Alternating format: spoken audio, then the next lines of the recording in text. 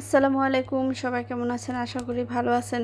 তো দেখুন, আজকে এই ভিডিওটা আমি করেছি, অনেক দিন হয়ে গিয়েছে। তো আজকে এটা করলাম। তো দেখুন, আমি যখন মুরগির বাচ্চাগুলি নিয়ে আসছিলাম, তো একদিন পরের এই ভিডিওটা। তো আমি হচ্ছে যার কারণে ওদের ভিডিওটা আমি এতদিন দিতে পারিনি, খুব ব্যতিব্যস্ত ছিলাম। যাই হোক, তো এখন দেখতে পাচ্ছেন যে একটা বাচ্চা আসলে বেশি খুবই ছোট ও খুব দুর্বল।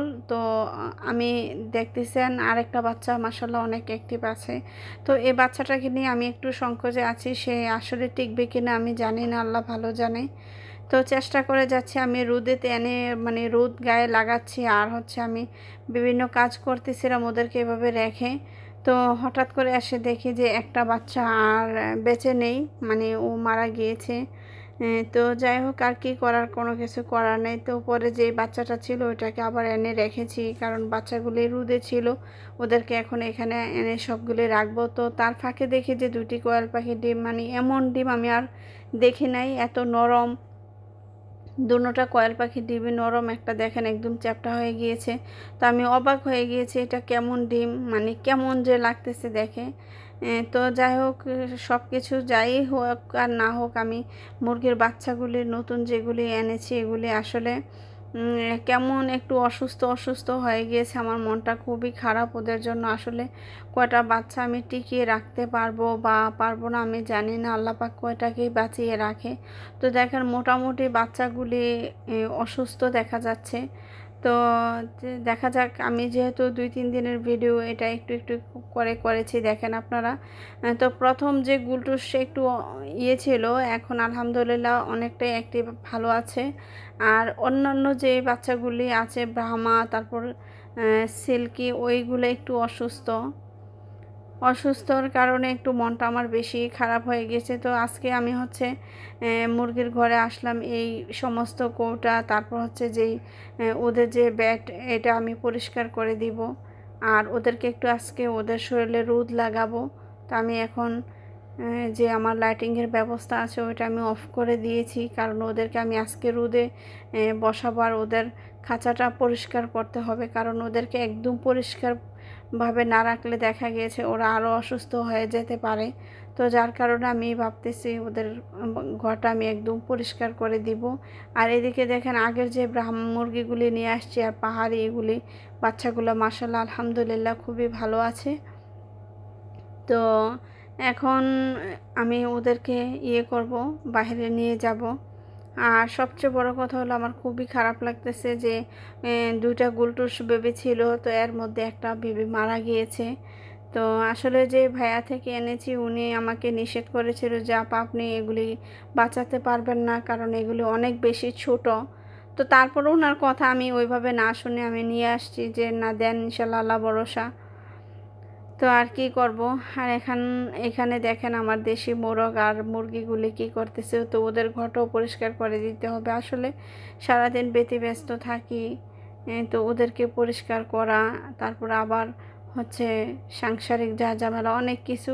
আসলে ওইভাবে কোনো ফ্রি থাকার কোনো আর নেই। তো যাই হোক, এখন হচ্ছে এখানে বাচ্চাগুলি নিয়ে এসে এদিকে রেখেছি, কারণ প্রচণ্ড পরিমাণে রোদ, ফ্লোরের অবস্থা খুবই খারাপ, মানে এত গরম।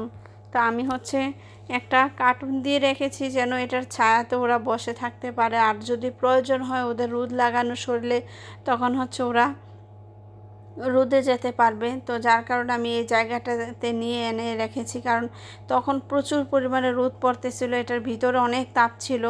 তারপরে কার্টুনটা দিয়ে রেখেছি, তো ওরা সুন্দরভাবে বসছে। আর এদিকে হচ্ছে আমি ওদের ঘরটা করব, তখন হচ্ছে দেখি একটা ঘুঘু পাখি এদিকে এসে খাবার খাচ্ছে। তো ওরা কন্টিনিউ থাকে, ঘুঘু পাখি, চড়ুই পাখি আর হচ্ছে কবুতর, মানে বাহিরের কবুতর, এগুলি এসে তো এই যে আমার খামার ঘরের খাবার ওরাই খায়। তো আমি হাত দিয়ে ওকে ডাকতেছি আমার হাতে আইসা বসার জন্য, ওকে আর আমার কথা বোঝে।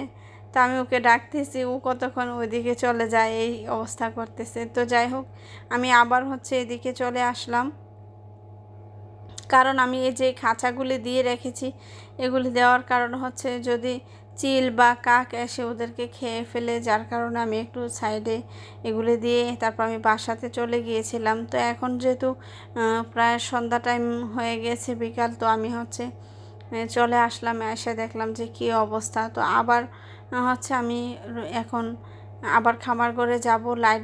লাইটের ব্যবস্থা করে রেখেছি, লাইটটা দিয়েছি। তো হঠাৎ করে দেখি যে ওই সন্ধ্যা টাইমে একটা আবার কোয়েল পাখি ডিম দিয়েছে, খুবই ভালো সুন্দর। মানে আগের ডিমটার মতো নরম না, এখনের ডিমটা ঠিক আছে আলহামদুলিল্লাহ। তো এই যে দেখেন ঘরটাতে এখন আমি হচ্ছে ব্যবস্থা করব ওরা আয়সা থাকার জন্য। ওদেরকে বেড বিছিয়ে দিতেছি, মানে এটা হচ্ছে পাটের বস্তা। তো ওদের জন্য এই বিছানাটাই পারফেক্ট। তো আমি হচ্ছে এটা রোদে শুকিয়ে তারপর ভালো পরিষ্কার ফ্রেশ করে তো আমি এটা সুন্দরভাবে বিছিয়ে দিয়েছি, কারণ এখন আয়সা ওরা এখানে আরাম করবে। তো ওদের আরামের ব্যবস্থা আমি করে দিলাম। তো দেখুন ওরা কিভাবে বসে আছে নিচে দেখতে পাচ্ছেন। তো ওদেরকে আমি এখন একটা একটা করে নিয়ে ওখানে আমি দিয়ে দেব। আর হচ্ছে লাইটিংয়ের ব্যবস্থা করে রেখেছি, ওরা খুব আরামসে ওখানে থাকতে পারবে। তো আমার মনটা আসলে খুবই খারাপ, কারণ হচ্ছে ওরা অনেকটাই অসুস্থ, এই জন্য আমার মনটা অনেক বেশি খারাপ। আর এখানে দেখেন আমার গুলটুস, আমি যখন মুরগির বাচ্চাগুলি আনতেছিলাম তো মোবাইলটা এখানে রেখেছি, ও নিজের ফেসটা সম্ভবত দেখতেছে, একেবারেই তাকায় আছে দেখেন দুইজন। তো যাই হোক ওরা ওদের মতো করে আছে। আমি একটা একটা করে সমস্ত মুরগির বাচ্চাগুলি এখানে রাখতেছি, ওদের পরিষ্কার পরিচ্ছন্নতা বেডে এনে তারপর রেখেছি। তো আর ওইদিকে দেখেন সিল্কি মুরগির বাচ্চাগুলি যেহেতু অসুস্থ, চোখে পানি আসছে, তো পানিগুলি আমি টিস্যু দিয়ে নিয়ে, তো আজকে যেহেতু সন্ধ্যা হয়ে গিয়েছে আমি দেখি যদি পারি আমি ড্রপ নিয়ে আসবো চোখের জন্য, আর যদি না পারি ইনশাল্লাহ আগামী দিন আনবো। তো আসলে খারাপ লাগতেছে, মুরগির বাচ্চাগুলি এত আনন্দ সহ মানে আনন্দ করে নিয়ে আসছি, তো এখন এমনটা দেখতেছি আমার খুবই খারাপ লাগতেছে। আসলে পালা জিনিসের জ্বালা বেশি কথা বলে, কিন্তু আসলে কথাটা সত্য। তো যাই হোক আমি এখানে মেডিসিন দিয়েছি, ওরা মেডিসিন খাচ্ছে, তো ইনশাল্লাহ আশা করি ঠিক হয়ে যাবে, দোয়া করবেন। তো আজ এতটুকু পর্যন্ত আর বেশি কথা বলবো না। তো আল্লাহ হাফেজ, আসসালামু আলাইকুম।